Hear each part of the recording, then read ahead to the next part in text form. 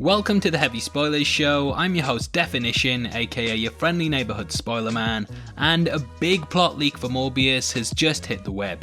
It's currently putting the internet in a spin, and after it was apparently verified on subreddit Marvel Studios Spoilers, it looks like it has a lot of weight to it.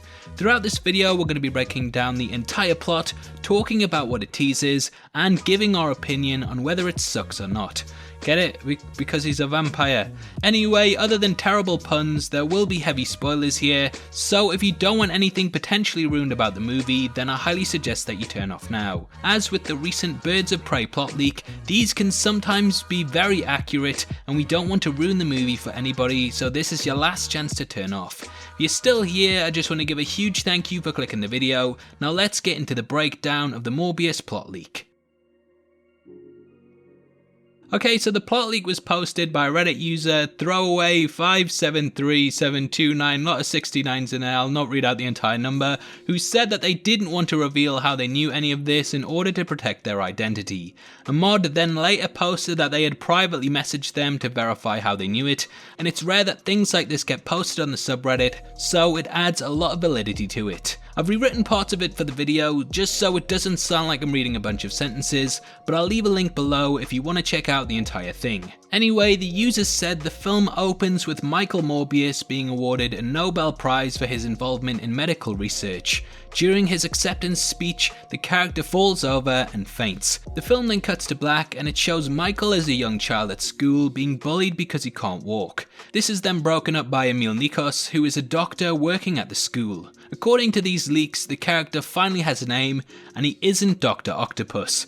Emil was actually the best friend of Michael in the comics, so this ties heavily in with his origin story. We then cut to adult Michael having a discussion with Nikos. He explains that his disease is getting worse, and he suspects he doesn't have long left to live. He thanks Nikos for sticking with him throughout his life, and it's meant to be a really touching moment. The plot leak jumps back and forward through time, showing not only current events, but also Morbius's past. We then jump back to young Michael in a hospital ward, playing chess against Nikos. Nikos encourages Michael to pursue becoming a doctor in order to find a cure for his disease. Nikos is then told he has to see another patient, and Michael continues playing chess by himself. I don't know why that's in the plot leak, it doesn't really make a difference, but anyway, back in the present, we see Michael in hospital in New York helping a young girl who has cancer. He's stopped by Lysias Crown, I don't know if I butchered his name there, so I'm going to keep calling him Crown throughout the video, who Michael doesn't know. Crown gives him a briefcase and his card, and then he tells Michael that these may help him to find a cure. We then jump forward in time to Michael being injected his medication by his wife, Martine Bancroft. I don't know why his wife has a different name, but I suppose it is 2020. During this scene, Michael explains once again how he suspects he doesn't have long to live. Michael and Bancroft walk to their lab, and Michael says he needs to try more radical ways to cure himself. Michael opens the briefcase and inside discovers a dead bat and a giant knife. Michael is confused but studies it and finds out it's a vampire bat. This leaves a lot of things up in the air and starts him on a journey to discover what's going on. His wife leaves and Michael calls Crown and asks about the artifacts. Crown explains that he once suffered from the same disease and tells him about a cave in Brazil that will help to cure him. Bancroft warns against it, but Michael doesn't listen and he goes there anyway. This is when we see the helicopter scene from the trailer with the character on the way to the cave. There's a voiceover from Crown whilst this is happening that explains what Michael has to do. Once he arrives there, he pays everyone off and some kind of machine opens up from the ground. Michael cuts his hand and presses it against these strings within the machine and bats fly towards him and then out of the cave. This kills everyone else that was in the helicopter and Michael passes out and we cut to black. We join Michael as he wakes up and wanders around Brazil. From here he sneaks onto a cargo ship headed to New York and realizes that he's slowly transforming into a vampire. The ship is attacked by pirates and this becomes the film's first real action scene. Morbius starts by killing them off and it's meant to portray him as a monster hunting them. This is a similar sort of thing to the Predator scene from Batman Begins, with the perspective of the pirates being mainly what we see. At the end of the scene, we get a good look at him, and it's a shot from the trailers. Morbius then jumps off the ship and starts swimming towards the shore. He wakes up in New York and crawls into a bar and tells the bartender to call him an ambulance. He's unsure of exactly what's happened, but has a feeling that something terrible is going on. It's during this scene that Michael watches the TV, and on it is none other than J. Jonah Jameson talking about dead bodies mysteriously found on a cargo ship. Michael then gets flashbacks to the attack and realizes he did it. The ambulance arrives, and when he's rushed to the hospital, he tells everyone that he was mugged and his crutches were stolen. Once he's in his lab, he tells Bancroft and Nikos what really happened, and he locks himself in a container to protect them. Michael's thirst for blood becomes too strong, and he breaks out. Bancroft and Nikos manage to escape, but he runs after a doctor working there and is shot by security guards. Bancroft manages to trank him, and he's then subdued. From here, Michael wakes up in his lab and finds a tomb there. There's a note on it that says, "All of the answers you seek lie within," and it's written by Crown. Well, it says it's written by Lucius, but you know I hate that name.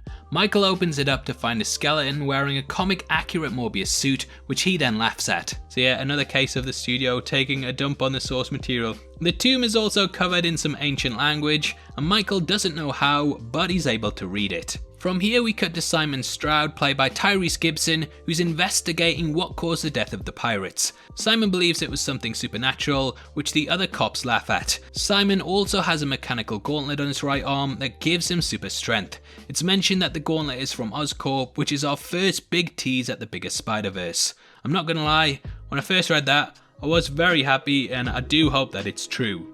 Meanwhile, there's a montage of Michael testing out his new abilities, and apparently a lot of this is seen in the trailers. Simon visits Nikos and starts asking him questions about Michael. Meanwhile, Crown is in some sort of lab in the sewers and is revealed to be incredibly skinny and has tattoos all over his body. We then cut to the tomb in Michael's lab opening itself up, and this is a big action scene in which the character fights the skeleton.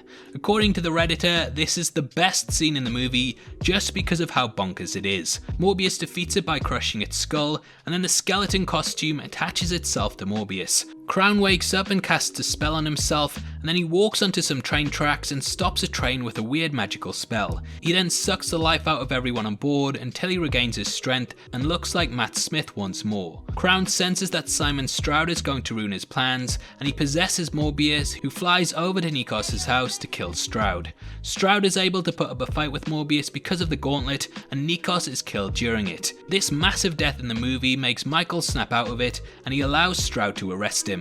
So, similar to the comic books, Nikos dies, but it doesn't mention whether he's a victim of Morbius like the source material, but hey, at least it's similar. He's then sent to San Quentin State Prison, and his cellmate is Adrian Toombs, who makes a joke about how him getting blipped meant he got a shorter sentence. So they are acknowledging the snap in this according to the leak, and we know that they are definitely tying it in with the bigger MCU. During the night, Michael sees Crown in some kind of ghost form, and he tells him to meet him in New York or he'll kill Martine.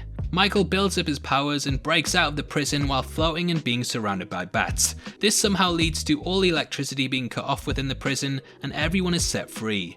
A riot happens in which many escape, and we see Toombs climb out of the prison while Michael uses his powers against the prison guards and steals a coat from one of them. Toombs thanks Michael for breaking him out, and he tells him he's putting a team together and wants him to join. Michael declines and uses his super speed to take him back to New York. So we have our first hint at the Sinister Six finally.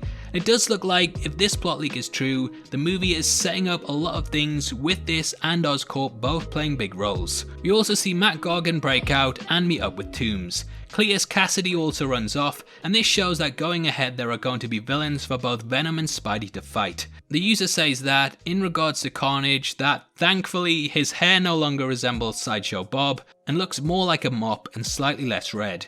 It still looks like a big wig, but they say it's better than what we had in Venom. Morbius finds Crown in New York, who reveals that he was once the skeleton and he's actually here because of reincarnation.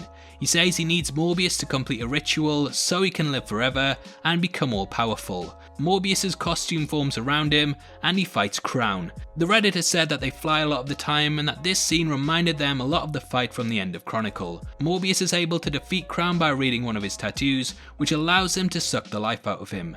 Morbius grows until he's 9 feet tall and starts roaring at everyone, but Bancroft calms him down until he's normal again. Morbius escapes before the police arrives, and he takes off his costume.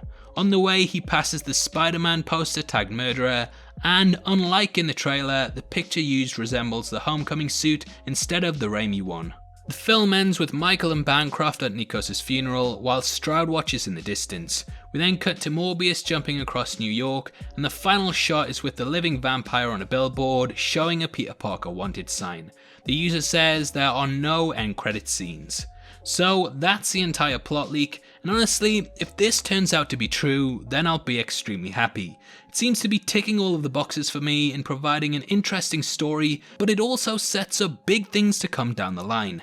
I'm massively happy with this, and some of the MCU references outlined here are great. Not only does it provide a satisfying plot I feel, it also drops some big nods to the Sinister Six, and by the sounds of this is going to be a great entry in the Spider-Verse. Overall, I'm actually really hyped for the film now, and this leak has definitely got me a lot more excited for it when it releases. Obviously, I'd love to hear your thoughts on the leak and if you believe it's true or not. Comment below and let me know, and if you enjoyed this video then please give it a thumbs up, and make sure you check out our recent comic book breakdown of some of the insane details that you missed in Avengers Endgame. We go over the craziest Easter eggs that I haven't seen many people talking about, so it's definitely worth checking out if you want to know more. If you want to support the channel from as little as 99 cents a month, then please click the join button below. You get access to content early and can also suggest video topics and breakdowns. We massively appreciate it, and it goes a long way to helping videos like this get made. If you want to come chat to us after the show, either follow us at DefinitionYT or click the Discord link in the description below. Every month we give away free movies to people who are subscribed to the channel, and this month you can win Dr. Sleep, and all you have to do is comment on a video and make sure you sub with notifications on. The more videos you comment on, the more you have a chance of winning, and the winner is going to be chosen at random on the 15th of February, so best of luck to everyone who takes part. This is a channel for people who are super into superheroes, so if that's the kind of thing you like, hit subscribe. Thank you for taking the time to watch this. I've been Definition, you've been the best, and I'll see you next time. Take care, peace.